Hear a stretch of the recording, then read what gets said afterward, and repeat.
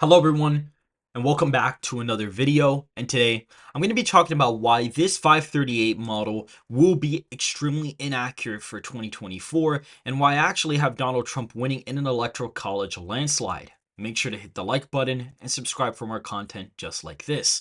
So the odds have gone down since yesterday, but they actually still have Biden as the slight favorite to win the presidential election. At this point, I'd be giving Trump about a 65 to 70% chance to win the election. I'm going to explain why. I may do something like this soon where I actually conduct simulations with my model, and you're going to see that it's not looking great for Trump at all because it'd probably be based on a polling error, and if the maximum error would be like 5 points in either direction, Joe Biden would probably be winning the election. Not even in most scenarios, he'd probably have like a 20-30% chance of winning the election.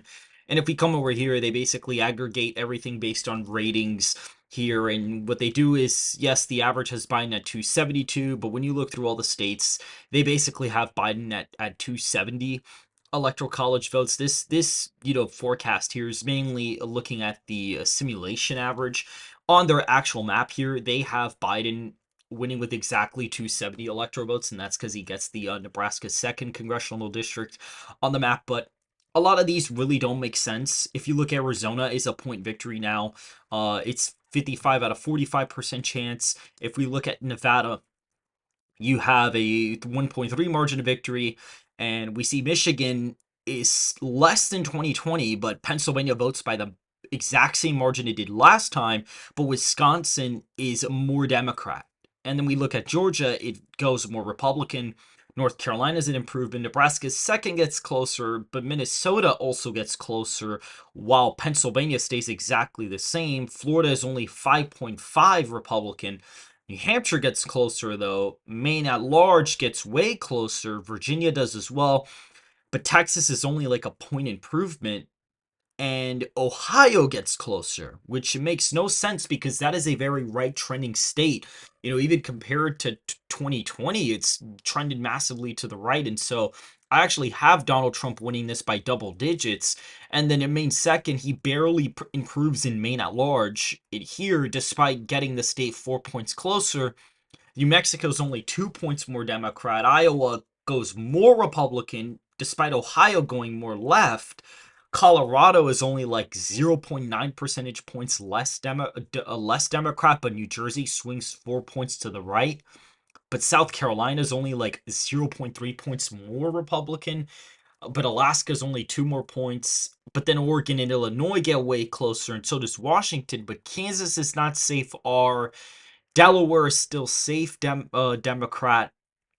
Missouri, Indiana, all these states would be Republican. It's just a weird map. But like, look, they have Montana barely improving for Donald Trump, but they have New York shifting like 7 points to the right. It doesn't make any sense. This makes absolutely no sense. But Nebraska is almost the same margin. Like, it literally makes no sense what they're doing here. It is the weirdest thing what they're doing here. I really don't understand this.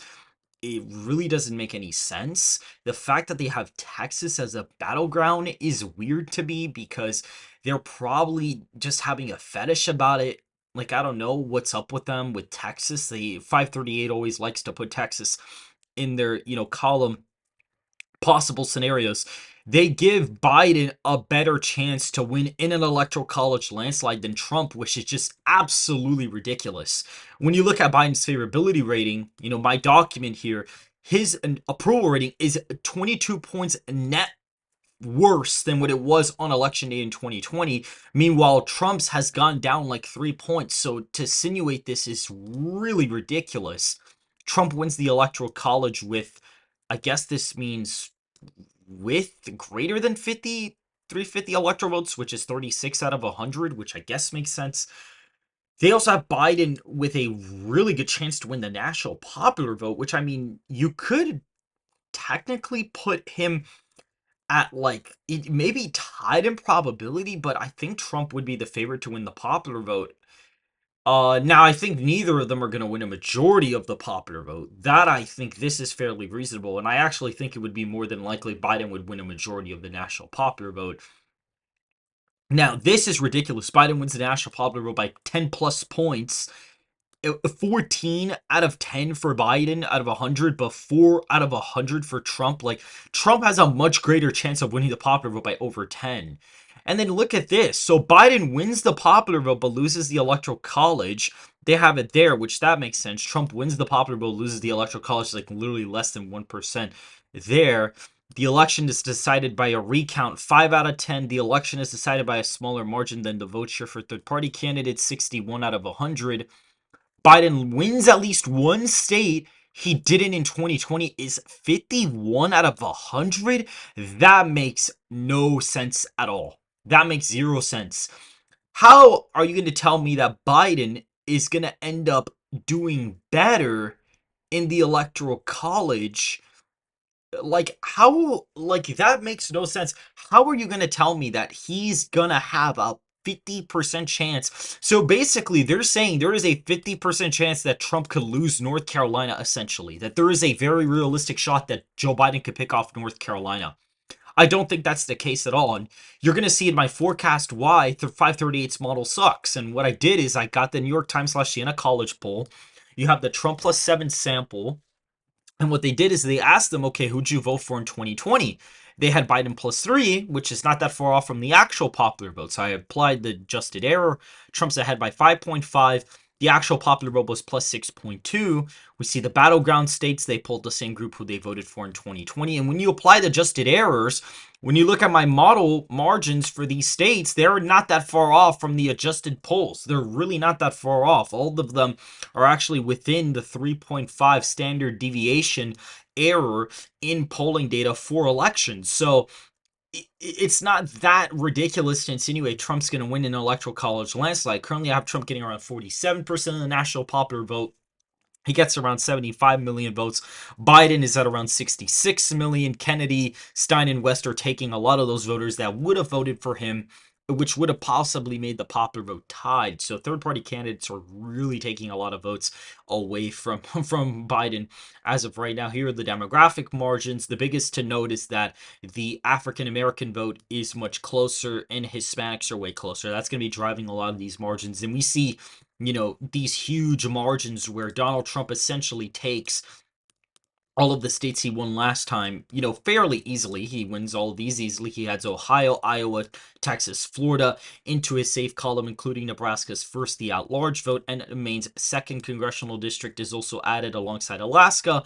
And then we have California being a safe Democrat state. We have Hawaii, I believe, is in the safe Democrat column. We can look it up. It's actually exactly Biden plus 15. Maine's first, Vermont, Massachusetts, Maryland, and DC are all safe. That brings Biden to 86 electoral college votes. And we can keep going here. We see that the likely states, Washington, Oregon, Illinois, in this scenario, we have, Connecticut, Delaware, Rhode Island, and New York. So those would go likely in this scenario. Wisconsin, Michigan, Pennsylvania, North Carolina, Georgia, Arizona, Nevada, and Nebraska second all go likely Republican. And Colorado, New Jersey, and Maine at large actually go lean. And we see Minnesota and New Mexico going leaner, and Virginia and New Hampshire barely flipped towards Trump, giving him 345 electoral college votes to Joe Biden's 193. Now, you may say, well, on point, you're pretty crazy to insinuate this. Why do you have Donald Trump winning the election in a landslide? If you look at the polling data in Virginia, it's actually a 0.1 percentage point lead, and my forecast has Donald Trump winning the state by 0.4. So even if the error is not as great as it was in 2020, which if you apply the 2020 polling error to the current Virginia data, he'd actually be winning Virginia by about 2. So it'd be a far greater victory here, but he still ends up picking it off narrowly. Now, the model could be off, and maybe he doesn't win New Hampshire, Virginia, but I think that more than likely he probably would pick up Minnesota, and he probably does win New Mexico. He actually wins New Mexico here by more than Minnesota, mainly because of the Hispanic shift nationwide. That is mainly why he would be winning New Mexico by a pretty decent amount in this scenario. And so right now, Donald Trump is in a position to win an electoral college landslide, and the 538 model is not reflecting that whatsoever. The fact they even have an election simulation where Biden is getting 513 electoral college votes is absolutely insane. The fact they have him, I guess you can include a simulation of him getting 318, maybe 325. Like, I guess you could include that. I wouldn't even include Trump getting over 500. I wouldn't even include Trump getting over 400 electoral votes in the simulation. I don't know why they did that. I wouldn't have included all of this either. I think that having Trump at 370 something, 380, 390 even would be realistic to include in the simulation. But anything past like Biden 320 is just like not valid at all. And so if you basically go based off of that, Trump has a far better chance of winning the electoral college overall and the popular vote. And so the probabilities look way different. And what 538's not really understanding here is they're not understanding that new voters are going to be shifting towards Trump by quite a bit. They're going to break for him quite significantly. I mean, a lot of new voters broke for Biden last time by a decent amount, but now the new voters are breaking for Trump by even larger margin, and they're going to be more likely to turn out for Donald Trump as well. And you see that enthusiasm gap is pretty large when you look at every single metric. Republicans are more excited to vote during the general election. You even see in special elections, especially in a place like Ohio, the 6th congressional district, the Republican eked out the district by around 14, even though that district is really, really Republican now. And we clearly see that in special elections, Republicans don't turn out because they're not excited to vote for those candidates. So it actually improves the fact, or at least proves the assumption, that the higher turnout there is, the more likely Republicans actually do better. However, people like to extrapolate that and say, well, oh, that race, was just because, the Republican underperformed by 30 points, now it's going to be a blue wave year. That's not really how this works. That election, both candidates combined got less votes than Trump did in the county as a whole. So it's not really fair to kind of extrapolate from that. You can't necessarily do that as of right now.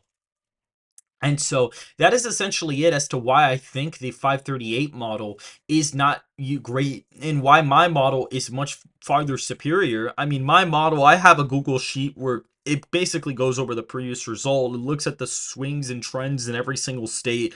It kind of tracks how much states swing, in a certain direction. So basically tracks like the elasticity of every single state. So a bunch of factors and demographics are being incorporated into this. I may do a more detailed video on what the Google Sheet looks like, but these are the projected margins as of this week. And so that is basically it for this video, guys. If you guys did enjoy this quick analysis, please make sure to hit that like button, subscribe to the channel down below if you want more content like this. And so I hope to see you guys very, very soon.